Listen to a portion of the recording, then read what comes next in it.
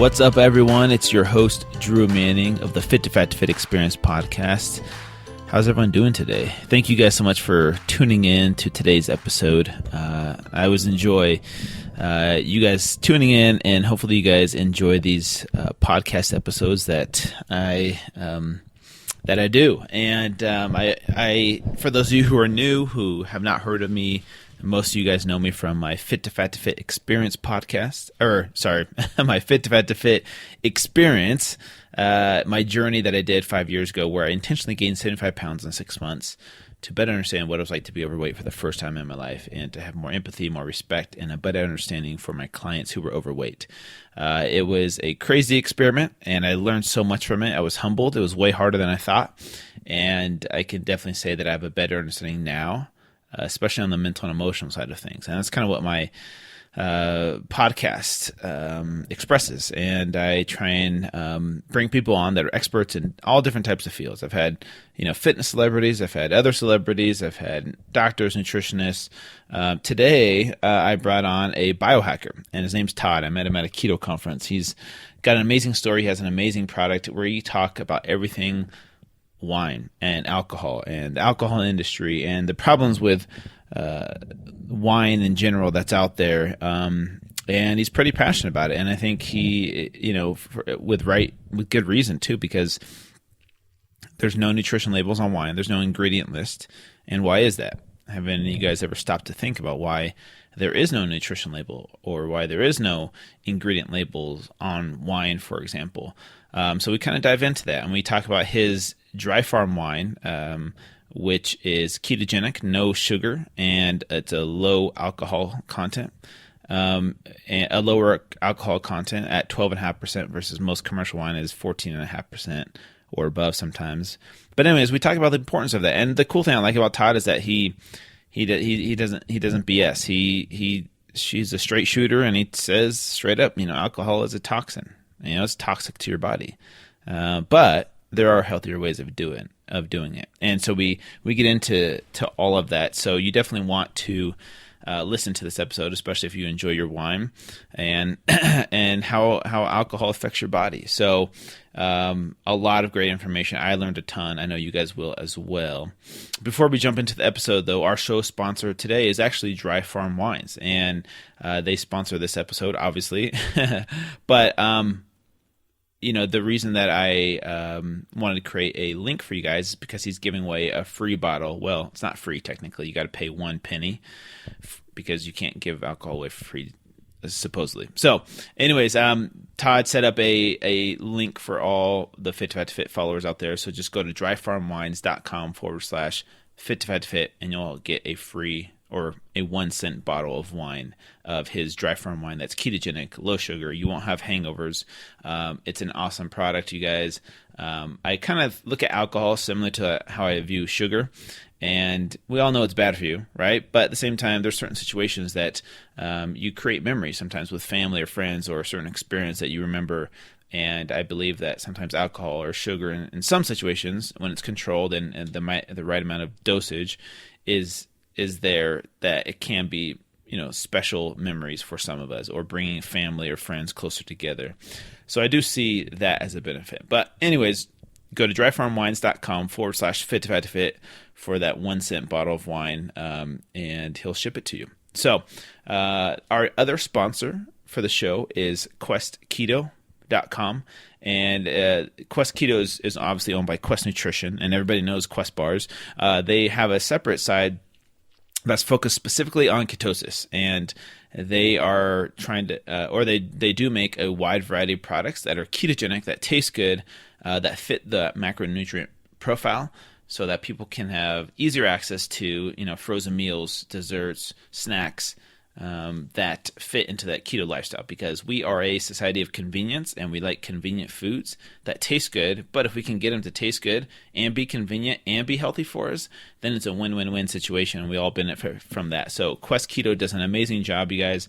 Their chocolate bars, their peanut butter fudge cups, their cinnamon roll, their dinners really are great tasting foods. They're not, most health foods, we know how that tastes. When you add fat as the main macronutrient, the food is almost guaranteed to taste good. You're adding things like butter and cream and coconut oil, to these foods, and it's going to make it taste so much better. So check them out at questketo.com. And now let's jump into the show with Todd White from Dry Farm Wines.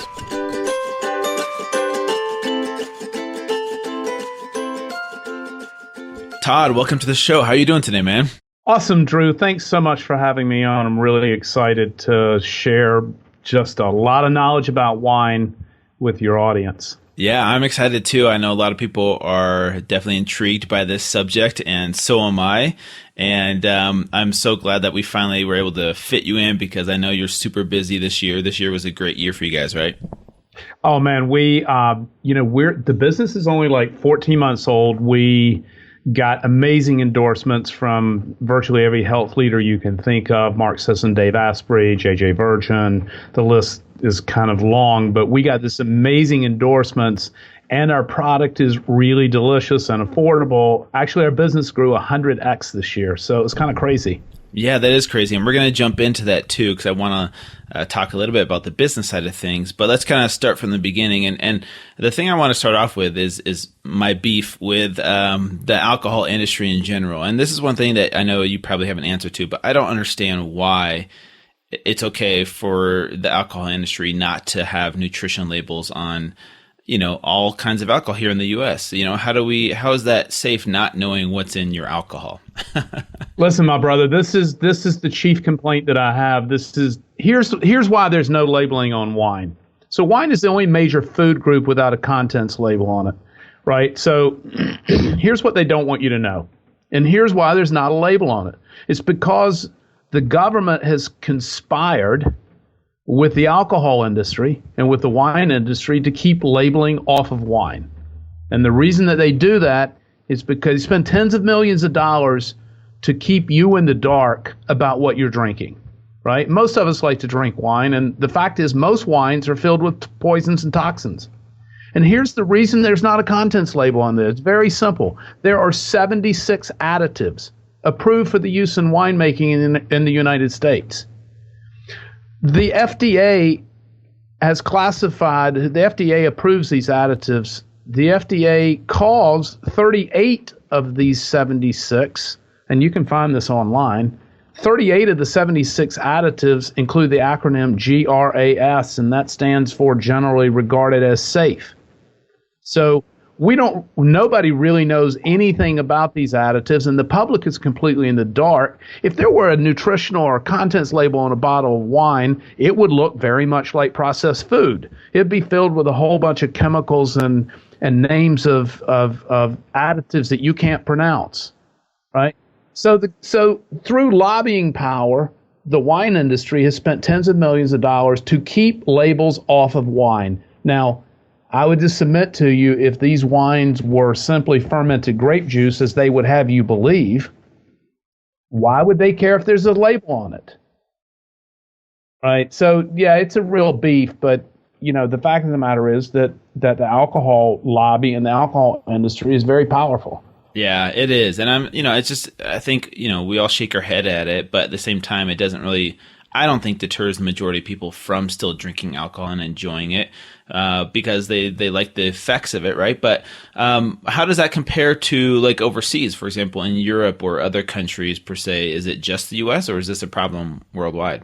Well, I mean, the U.S. led this problem in terms of developing it, and the U.S. is the most egregious example of these additives. But in the EU and Europe, there are 56 additives approved for the use in winemaking. So this is a global problem. In order to avoid this problem, as we discovered and sort of started biohacking wine, there's only about 500 winemakers in the world who make additive-free wines, right? Out of the hundreds of thousands of labels and winemakers worldwide, there's about 500 who are kind of these activist hippies who just care about making real, honest, pure wine. Right? And so chemical-free, additive-free, non-manipulated, just real honest, what's known in the marketplace as natural wine. And that's a confusing term, particularly people who don't know what it means, which is almost everyone, because you would think that all wines are natural, right? This is a health product. I mean, your doctor tells you that you should drink moderate amounts of red wine, and and then, but a little bit about my story. How I came to this was, I became ketogenic, nutritionally ketotic, about 3 years ago, and in my pursuit of higher health, and as you know, when you dial in your nutrition to ketosis, I mean, over a period of time, your body becomes, more sensitive to exogenous poisons that you're putting in it just because you're nutritionally so clean, right? So anyway, I just got where I couldn't drink wine anymore, and it was making me sick and feel bad. And commercial wines are filled with sugar, and of course, if you're ketogenic or concerned about sugar, you shouldn't be drinking commercial wines.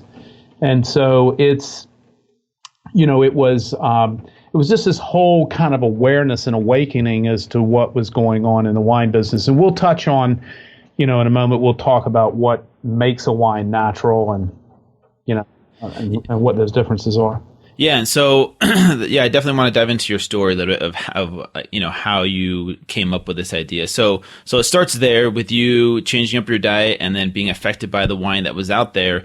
Did you for a time say, okay, I'm just never going to be able to drink wine again? And then what was that moment where you said, you know what, I think I can create a healthier ketogenic wine? What triggered that? Well, I mean, it was like most things and like most ideas or pursuits. I mean, it was an evolution. So it didn't start off as evolved as it is today. It started off basically where I stopped drinking for a period of time in a period I call suffering through sobriety, right? I like to drink. And culturally, most of us live in an environment where drinking is present socially constantly, right? And so if you like to drink, and I happen to like the taste of wine, and I like the effects of wine, and I like the community around food and wine. And so I found that was a real deficiency when I stopped drinking wine. And so I wanted to find a way to drink wine again.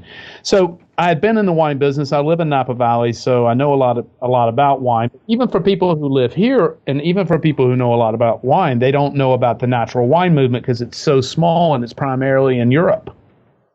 And so I didn't know anything about it, nor did I know anything about low alcohol wines. So all the wines we sell and drink are 12.5% or below in alcohol. Commercial wines are 14.5 and up, right?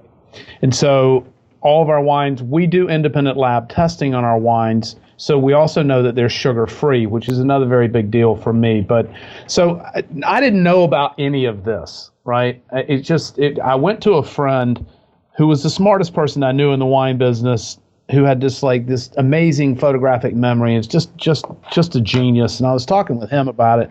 And we were in Mexico on vacation, actually. And I said, I have been experimenting with microdosing. I've been dosing down alcohol, and I've been finding that I'm having a much more positive effect by drinking less, but I still want to be able to drink. But he's like, and he said, have you looked at these low alcohol wines coming out of Europe that are naturally made? And I said, no, I don't know anything about it. Right. So that kind of began my journey of unpacking that. And over the next several months, I started finding these wines. They're very hard to find, and experimenting with them. And I found that about 50% of them I liked, and about 50% of them I pour down the sink, right?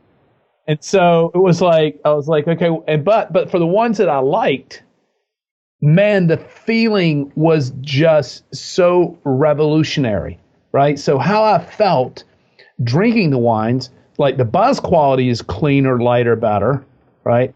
And because you don't have any of these toxins and poisons and additives and sugar, there's a completely different experience, both while drinking, but importantly, there's no hangover, right?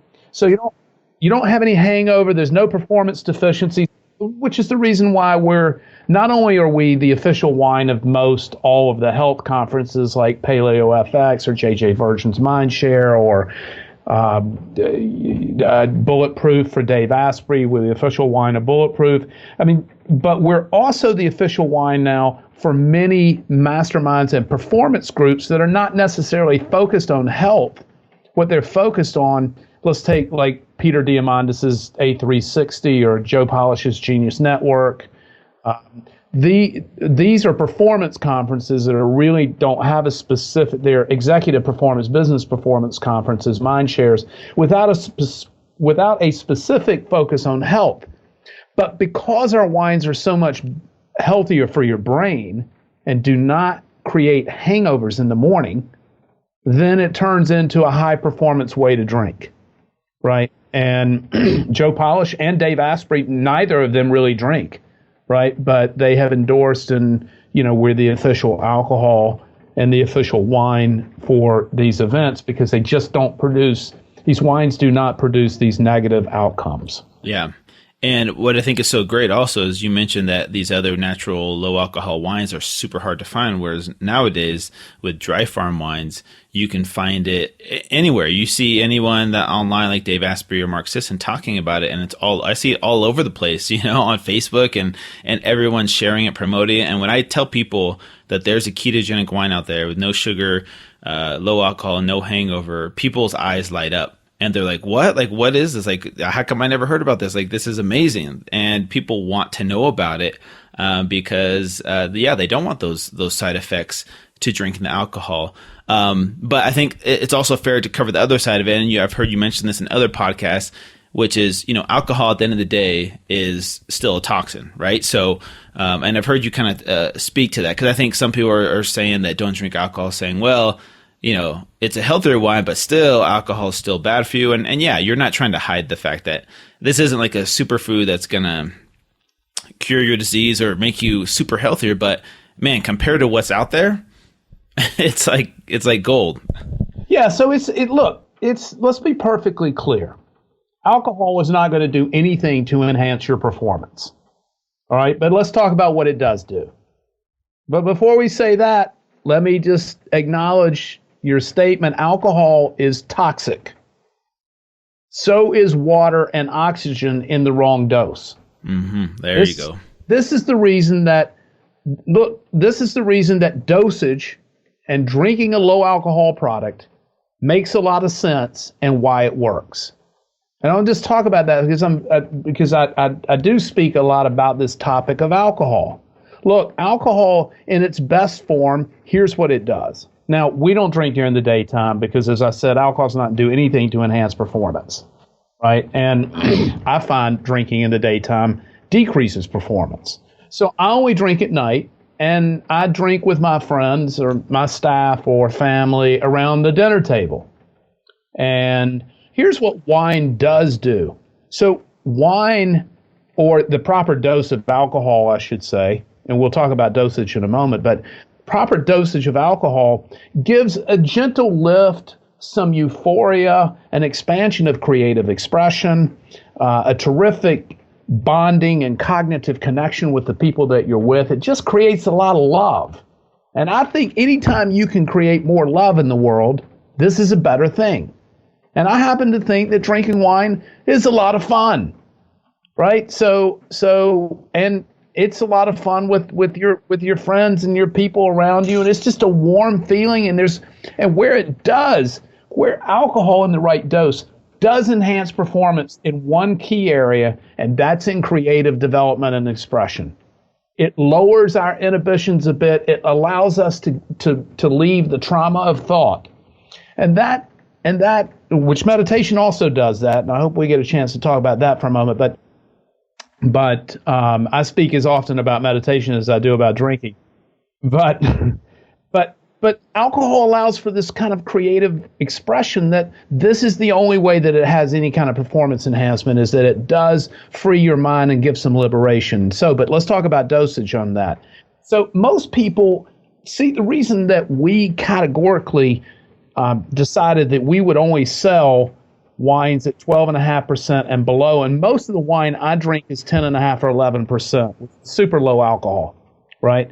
And so the reason that and now there are natural additive-free wines, plenty of them that are made at higher alcohol levels. So we took a very definitive direction when we said we're only going to sell low alcohol wines, because I felt that I felt that there was real key advantage to dosing down the alcohol, and my experience with it, and the experience of the thousands of customers that we have, and all of my friends and staff. We all have this same experience. When we dose this lower alcohol wine down, you just simply feel better overall, right? And so here's how drinking works. You have a choice of a few beverages if you want to drink alcohol. And you've got, Rob Wolf, our friend, who's an amazing guy and endorses our wine and has been terrifically supportive, developed a drink called the NorCal Margarita, which is a ketogenic friendly spirits drink. So it's sparkling water and lime juice and tequila. And so there, and it's been terrifically popular, particularly in the paleo community. But here's my problem with drinking spirits, and the reason I don't recommend that people do it. I think if you're going to drink spirits, you should probably drink tequila. But because it's going to be the cleanest, plant-based, probably what you should drink. And I agree with Rob on that, and I think he's done a great service to the community with promoting this NorCal Margarita. However, from me and my point of view, 45% alcohol is just more than I want to drink. It's just too high of a dose. That's what, so my wine that I'm drinking is 11 or 12%.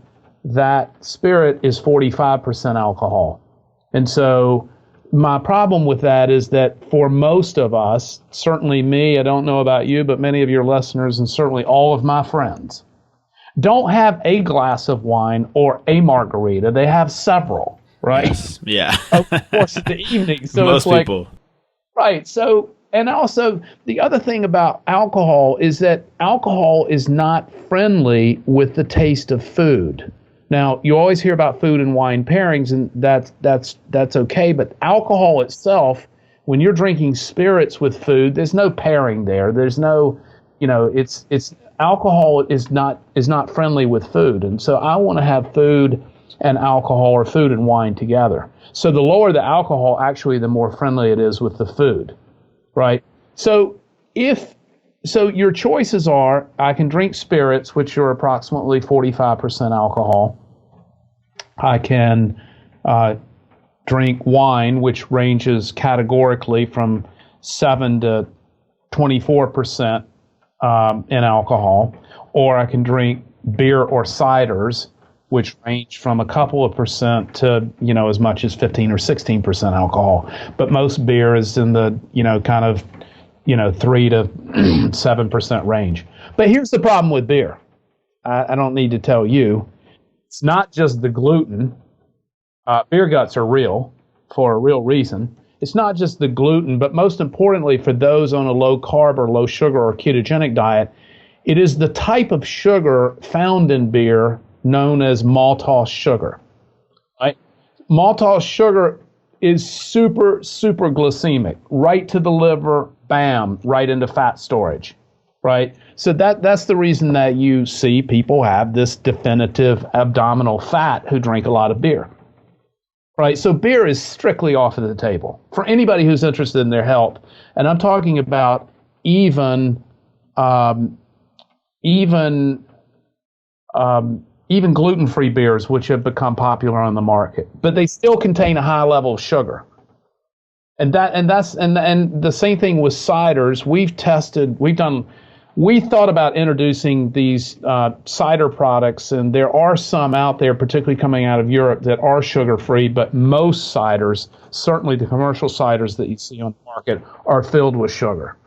So that leaves wine. So that's my drink of choice. And then within the wine decision, I'm going to quantify that wine. I'm going to lab test it. I'm going to know the farming practices. We're going to quantify how this product is made. And then we're going to do independent lab testing for mycotoxins and for alcohol. Here's another interesting conspiracy that the government has with the wine industry. The alcohol stated on a wine bottle, by law, is not required to be accurate. Sorry, that's pretty laughable. Why is that? Well, there's a reason for it, but the reason for it today is because your government is conspiring with the alcohol industry to mislead consumers, just like they do about labeling. Well, the contents labeling. But they also do it with alcohol. Now, here's the reason why that is. So back when this law was written was post-prohibition in the 40s, right? When lab testing methods were not accurate. And so you could have a wine tested at one lab and it would show one alcohol amount, and you could test it at a different lab and it could be different. And so the alcohol testing methods at that time were just not highly accurate. Well, that's not true today. Today, they are spot on, pinpoint, exact, and technical, right? So, but the law has remained in place because the alcohol industry would prefer to serve you a higher alcohol product and state it lower. Here's why. Alcohol is a domino drug, right? This is one of the negative aspects of alcohol. It's a domino drug, and this is the reason I don't like the idea of drinking spirits. When you drink alcohol, the more you consume and the faster it is consumed, the more it leads you to consuming more faster. Have you ever had that experience? Do you know?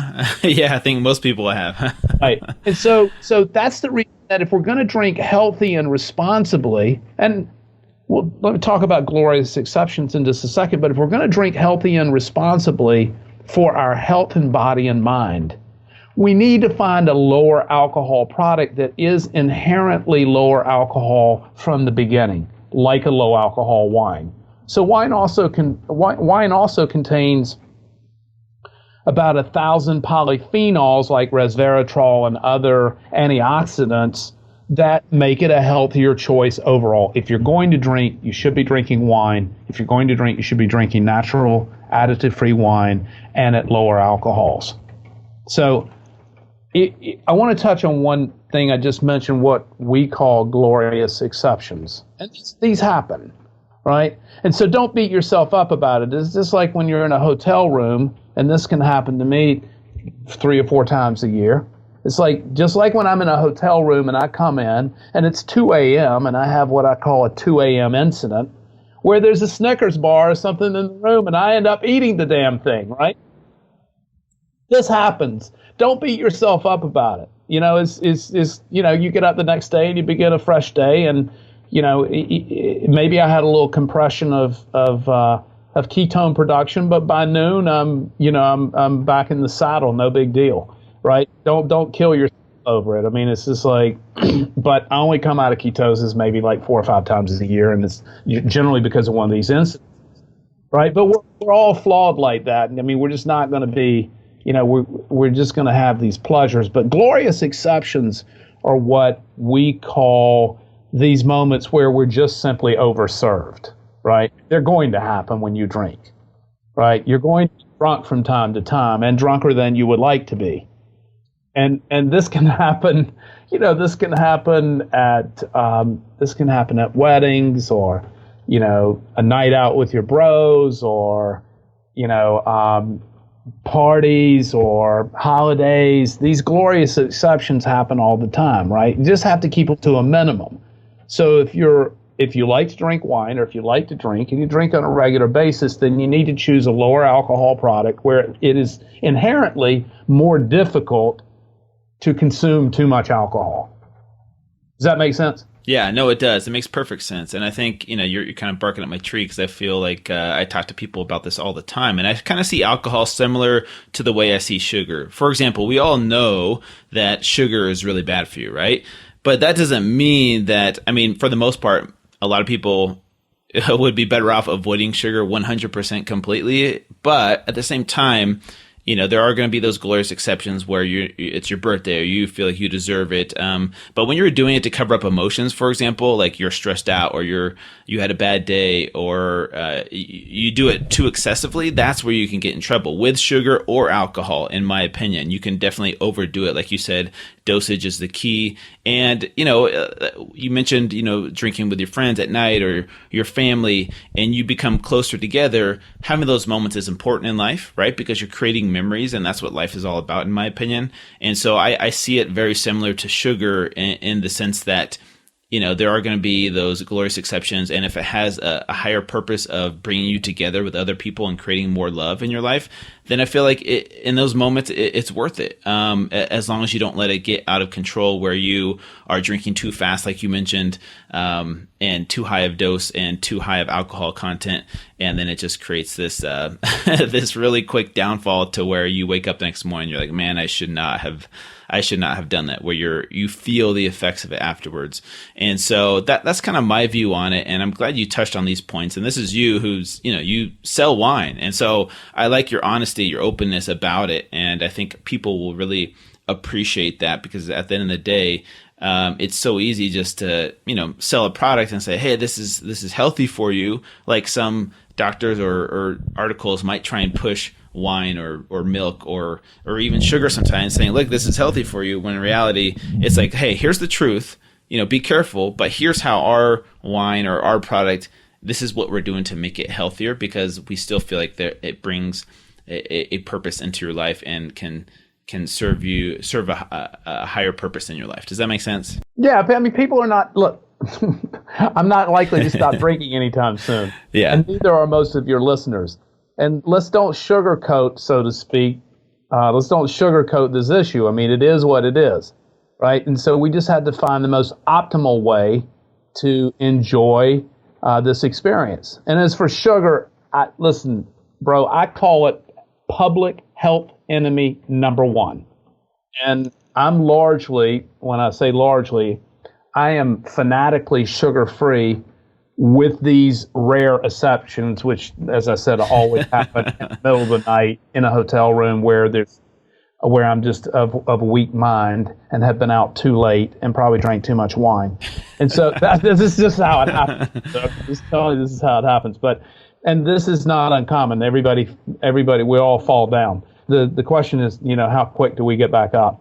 And so, and you mentioned love. Listen, man, if you can find a way, and wine is very useful for this. So is the keto community you belong to and that I'm a part of. Look, if you can find a way to surround yourself with people who tell you they love you more and who are not afraid to love and to spread love around the world, this is the most amazing gift that we can give anyone or ourselves. Right. So wine helps with that, but from my point of view, ketogenic diet helps with it as well. So does meditation and, all the biohacks really ultimately help to have more confidence and more energy. The ketogenic diet really drives, significant energy. And when we have more energy, we're more activated, we're more engaged. And when we're more engaged, we're more confident. When we're more confident, we're not afraid to express love and to be available and to be vulnerable, right? So when we're available and vulnerable, that's when people really get to know us. Yep, exactly. And sometimes, having a little bit of low alcohol wine, like your guys' wine, can help you break out of that shell and become more vulnerable in a situation, which will create more lasting, real relationships in your life. And so that's what I'm saying, is it can be a good thing in those situations. Just the other day, I was on the local news and I made this ketogenic pumpkin coconut cheesecake bites, and everybody at the news station ate it up, and they were like, oh my gosh, this is amazing. It was ketogenic. And that's the other thing, is finding healthier alternatives to what's already out there. You don't, just because it's Thanksgiving doesn't mean you have to go buy the cheap pumpkin pie from Walmart. You can research it and find all kinds of, healthier versions of pumpkin pie or whatever it is that you crave. Sometimes there are healthier alternatives out there. And so that's kind of what I see you guys doing. And it's revolutionary, because I don't know of any low alcohol, non-additive, chemical-free wines that I've seen or even, heard of people talking about. And I know you said there's 500, companies. I'm sure they're not the big names out there, but I wouldn't even know where to get it, to be honest with you. I don't think most people do.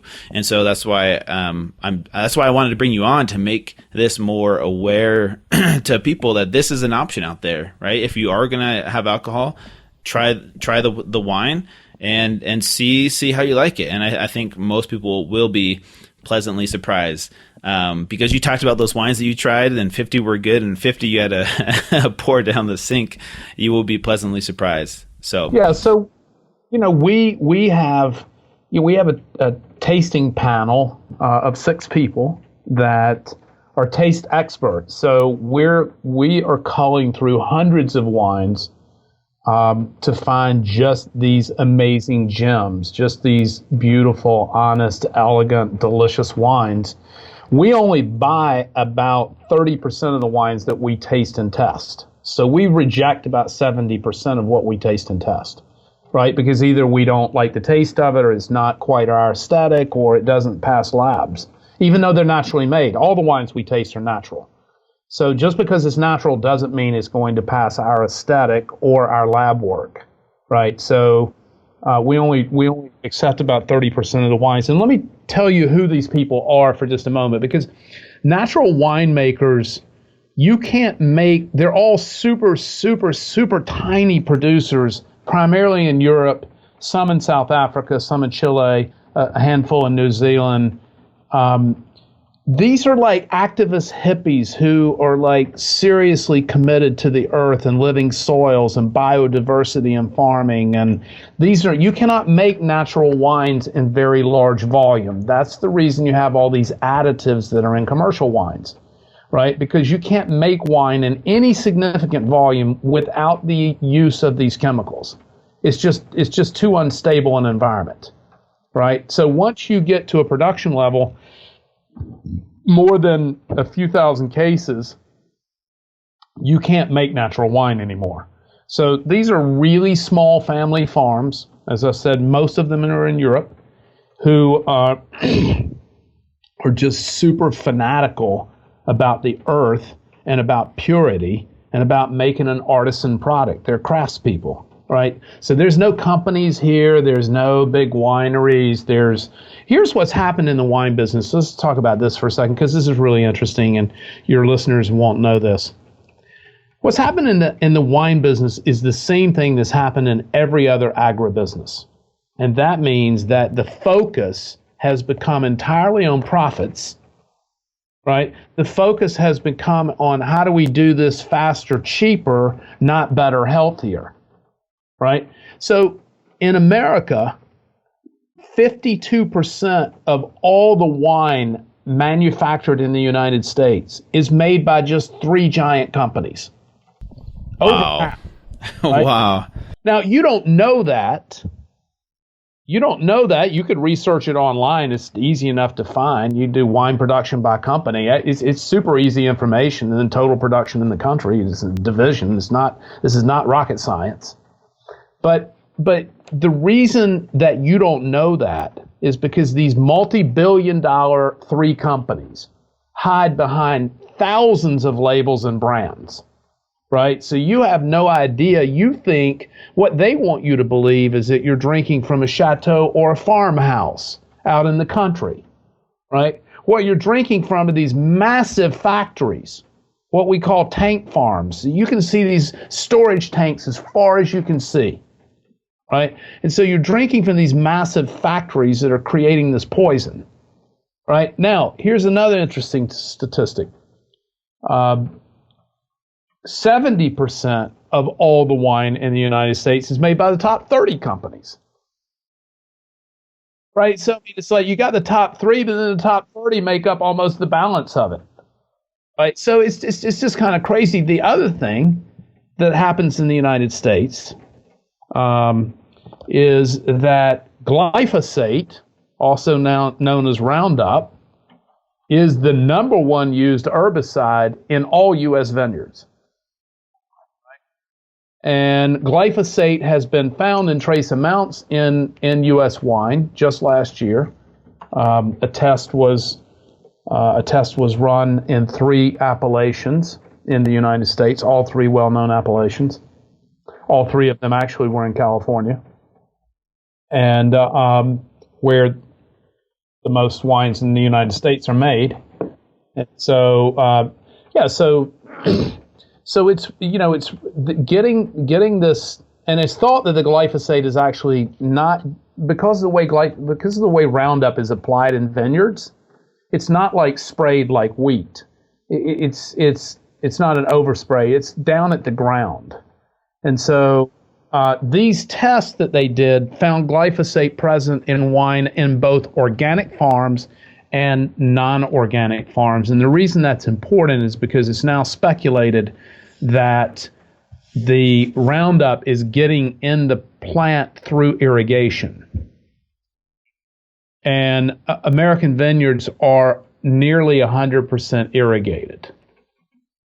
And so now our wines, hence our name, Dry Farm Wines, our wines are 100% unirrigated. So there's zero irrigation on our wines. And that's really important. We can't say definitively because of the glyphosate is speculated that that's how it's getting in the wine. But whether or not that's how it gets in the wine or not, irrigating a grapevine is just a bad idea for a lot of reasons. Grapevines have been growing for over 10,000 years without irrigation. And in fact, irrigation didn't come to grape farming until the 1970s in the United States. It's almost 100% practiced today. And the reason that you irrigate a grapevine, which they do not do in Europe, and in fact, it's illegal in most appellations, it's against the law to irrigate, because they know what I know. The moment you irrigate a grapevine, you change the physiology of how the plant expresses itself, and most importantly, how it ripens fruit. And so, but the reason you do irrigate in the United States is because it's profitable, right? So you get higher yields, and guess what? Fruit filled with water weighs more, and fruit is sold by the ton. So this is just simple math, right? But all I'm trying to do is just save you all from drinking all that poison. No, this is very interesting stuff, and I think knowledge is power, and knowing these things can does create more power for you in decision making. So the next time you go to make a decision about alcohol or wine, you'll remember these statistics and these facts that are out there, because a lot of it is hid from the public in general, or you can find it right online, but you have to do the research, and so. That's why podcasts, in my opinion, are so powerful, because it's a great way to get free knowledge out there to the masses, without having to go to school or read your own books, which you still should do. But that's why I love podcasting, to be honest with you. So I'm glad that you brought all these things up, Todd. We've got about 10 minutes left, but I kind of there's a couple other subjects I wanted to get into, and I know you're a big fan of the Wim Hof breathing method. And I kind of want to talk about how you got into that and the benefits of that, and things that you guys have coming up that have to do with breathing techniques. Because like you said, drinking wine, for example, can be similar to meditating, right? It can give you that same peace of mind and mental, I'm trying to think the words you said now. But anyways, the benefits it enhances creative expression, and it temporarily, and television does this too. It temporarily stops the trauma of thinking, right? Which is that constant chatter that we have going on in our mind. So wine helps with that. So does television, which is the reason that people drowned out in the TV, because the television is an amazing medium. Used in the right way, but sometimes we're not using it in an informative way. We're using just to dial out. And what we're unconsciously doing is stopping that mind chatter. But you ask about Wim Hof, and I want to touch on meditation as well. So I've been practicing Wim Hof, or really a modified version we've created sort of our own routine, but we originally trained both on Wim Hof's video, and I've also trained twice with Wim Hof in person. And so I practice breath fitness every single morning as a part of my morning ritual, which includes meditation. So here's what I say about the two topics. Meditation is the number one most effective and the greatest biohack of all time, right? You can achieve more in your life in terms of enhancing the life experience, optimizing the living experience through meditation, in my opinion, than any other single thing you can do. Because meditation is going to allow you to get a grounded pathway to pursue the other things that are important to you, like ketogenic diet or creative development or whatever it is that you're pursuing and what your goals are. Meditation allows you to calm that trauma of thinking, that constant chatter that gets in the way of all the abundance that you deserve in life, right? And so meditation is really powerful for that. So I say meditation is the greatest biohack of all time, and breath fitness is the single most underrated biohack of all time. So very few people practice it. So my morning ritual is about 40 minutes of breath work and meditation, and I begin the ritual with breath work that lasts about 15 minutes of very, very intense breath work. And here's why I really like, particularly for meditation beginners, why I like starting with breath work in the beginning of meditation, because when you're doing very intense breath work, because the one thing that people say about meditation is, I can't stop thinking, right? I'm failing at this. I can't stop thinking. When you begin your meditation practice with very serious breath work, intense, deep breath work, my brother, you can't think about anything other than breathing, right? Because it's hard. It's hard. So you're not thinking about. You don't have any thoughts. You're just thinking about this breath work, right? Because it sounds like this. Trust me, when you're breathing at that depth and rate, you're not thinking about anything else, right? And then from there, I go into just a concentrated meditation. But yeah, Wim Hof, I think, is the best breath training course. It's not cheap. It's like $225 or $50 or something. It's a 10-week course. But I don't know if you've met him, but he's an amazing character. And talk about a guy that's filled with love. I mean, he's just pretty awesome and just a super, super interesting guy. You probably heard podcasts with him, right? Yeah, I've heard podcasts with him. I've heard about his story and all the tests he's been through and the amazing things he can do with his body. It just blows my mind, that it's not talked about more. But the thing that is cool is that it's teachable, and he's able to teach it and pass it along to other people, right? So, for example, was it in Chicago? Did you jump in like a frozen lake, or where was it? Yeah. Well, man, we do, cold water training daily, yeah. Mm-hmm. Some ice baths. I have a well at my house, so I get cold water.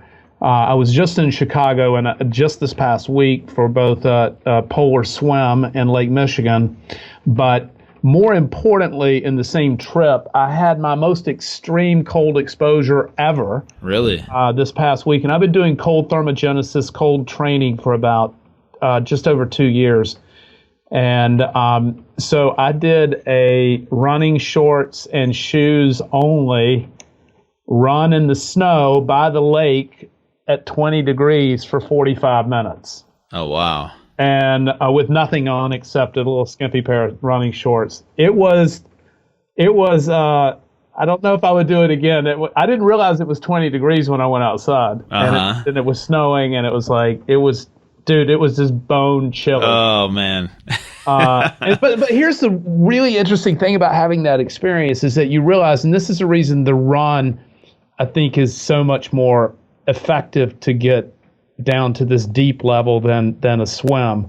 A swim, you're just going to come back out of the water, right? Because it's just cold, right? You can't stay in more than 5 or 10 minutes. I mean, you just can't. Yeah. And so how for most of your listeners who've never even done any kind of cold training, you know how difficult it is just to take a cold shower. Yeah, I know. I'm trying to get people to do that here in January with me for just 1 month straight. So, but here's the thing on the run. When you run somewhere, right? You've run out this distance. Now you have to run back. So you don't have any options, right? You can't just stop or get out. You've got to complete your journey. And so, man, in the very last 10 minutes, I would say I had some little slight disorientation and really required a lot of mental focus to keep from coming unglued. Yeah. Because, if you're not mentally focused, you'll just break down. You'll just be like, I'm giving up. I don't know what to do, right? And so that kind of training, I think, is really, not only does it have a lot of health benefits to your central nervous system, and not only is it terrific for your brain and for neurochemical production, and there's many, many advantages to cold therapy, but that mental training is also powerful. And you do that in the gym and other places, but when you get out there on the edge, like in being that cold, it requires a high degree of mental focus to stay on point. Yeah. Man, that's so cool. That was a cool story. Like I have never tried something like that, especially for 45 minutes. But it definitely sounds interesting. It's not for the weak to just go out there and be like, all right, Todd did this, so I'm gonna go give it a try. It's not for the faint of heart, my friend. No, you got to build up to that. Let's start with maybe a cold shower for 30 seconds. Sure, don't try that. Don't try this at home. Just start with showers. Cold showers have you probably will explain to your folks who you're trying to get to join you in this challenge. But cold showers, you want to start, warm, then cold exit, and then you eventually work up to cold in, cold out. And you can train into it so that now when I get a cold shower every morning, it's just how I start my day. And I do cold in and cold out before I go to the gym. So I'm not using my cold in, cold out shower to bathe. I'm doing cold therapy, and then I'm drying off and going to the gym, and then I have, a shower to where I'm going to bathe myself. It includes warm water and then a cold exit. But you can train into it, and I'm sure you'll have a program for that. But listen, I know that we've run a few minutes long here, so it's okay. Yeah, no. So a couple last quick questions that are just kind of rapid fire questions, and then I want to let people know where they can find you, because I know people are going to want to reach out to you or visit the website and follow you on social media. Okay, what was your biggest lesson you learned in 2016? Self-forgiveness. Awesome. And what are your goals for 2017? The year of my voice and video. I know that you got some stuff coming up, so we'll have to have you back on. Okay, you mentioned a Snickers bar. What's your real go-to thing? Like if you had to pick, if you had to choose, right? Because if it's just a Snickers bar there, I know that's probably not, or maybe it is. What's your favorite thing as far as when you dip out of ketosis? When I dip out, it's super rare. If I dip out, it's just always an incident, and it's either a Snickers bar, or I also have a weakness for gummy bears that I find in hotel rooms sometimes. But I will tell you that I'm able to maintain, because I only eat once a day. So I do 24-hour intermittent fasting every day. I used to do the lean gain 16 to 18-hour fast. I have now been doing 24-hour fast for about 8 months. When I went to 24-hour fast, it was a game changer for me. I thought it was the most awesome thing ever. I will never go back to eating more than once a day. But so when I have these long fasts, it's just so much easier for me to stay in ketosis, even if I step out on the boundary a little bit. Yeah. So my favorite go-to food of all time that's not ketogenic friendly are French fries. French fries. Oh, so good. And so the 2 a.m. incidences, those happen 3 or 4 times a year. That's not a big problem. What I do like, and I do blood testing for BHB, right? So I'm regularly doing blood testing. I test every morning when I get up. I just do regular testing. So what I found is that I can eat a moderate amount of French fries on occasion. I eat them a couple times a week in moderate amounts, right? I'll have 6 or 8. And that's enough to satisfy my emotional, and they don't take me out of ketosis. Now, if I were to eat like a meal of French fries, they would take me out of ketosis. But, as you know, fat and fiber mitigate glycemic response. And so, you can, other things that I eat occasionally that I like, but these are really occasion. It's like chicken Milanese. So I love fried chicken or even fried fish. And these are also things, again, just that, I wouldn't normally eat, and I rarely eat, like maybe 2 or 3 times a year, but these are things I enjoy the flavor of. So yeah, I bet I didn't come that often. Well, thanks again, Todd, for coming on. Before I let you go, where can people find you, find your website, find your wine? All right. Well, for your listeners, we are going to throw out a special offer that we throw out to listeners of shows like yours. And so with their first order, they will get a 1 penny bottle of wine. So they'll get a free bottle. We can't give it away by law, so we charge a penny for it. And they can find that penny bottle at a landing page for you at dryfarmwines with an S, dryfarmwines.com/fit-to-fat-to-fit. And they will find the penny bottle offer there, so they can get a 1 penny bottle. If anybody wants to contact me, it's just Todd, Todd, at dryfarmwines.com. And on all social media, we're just Dry Farm Wines. Super easy. I like it, man. Thank you so much again, Todd. And for everyone listening, definitely go check it out. Get that 1 penny a bottle of wine and check out Dry Farm Wines. This stuff spreads like wildfire. Once people know about it and they taste it, trust me, I've seen it. People are hooked because they want that healthier version of wine. So once again, Todd, you were awesome, man. Thank you so much for spreading this knowledge to us, and we appreciate you. Hey, listen, my brother. Thank you for having me on. I love you. I love all your listeners. I want them to spread love. I want them to tell their people how much they love them, and to have a happy new year in 2017. And thanks again for having me on. Yes, sir. All right, Todd. We'll talk to you later. Thank you guys so much for listening to today's episode. I really do hope that you will go check out dryfarmwines.com/fit-to-fat-to-fit to check out Todd's ketogenic wine. It's amazing. I promise you it does taste good. He's got all different types of wines, and definitely go check out that 1 cent bottle of wine from Todd. It's definitely a great deal. And thank you guys so much for listening. I hope you will stay tuned for next week's episode. We always try and deliver the best quality content to you guys, and we appreciate your feedback. We appreciate you guys tuning in each and every week. Definitely go follow me on social media at fit-to-fat-to-fit. All my social media handles, Facebook, Twitter, Instagram, even Snapchat, I'm on there. And sign up for my newsletter on my website if you want to stay in touch and be in the know with the latest and greatest news that's happening in my life. Whether it's discounts on my favorite products, or whether it's a new blog post, or sometimes people will get updated with my podcast episodes through the newsletter. Big events that are coming up, new products that I'm releasing, details about the TV show season 2 that are coming out soon. So definitely you want to stay in the know, sign up for my newsletter, and I would definitely appreciate your guys' support of this podcast by sharing it and subscribing on iTunes. So thank you guys so much. We'll see you guys back here next week for another great episode on the Fit to Fat to Fit Experience podcast.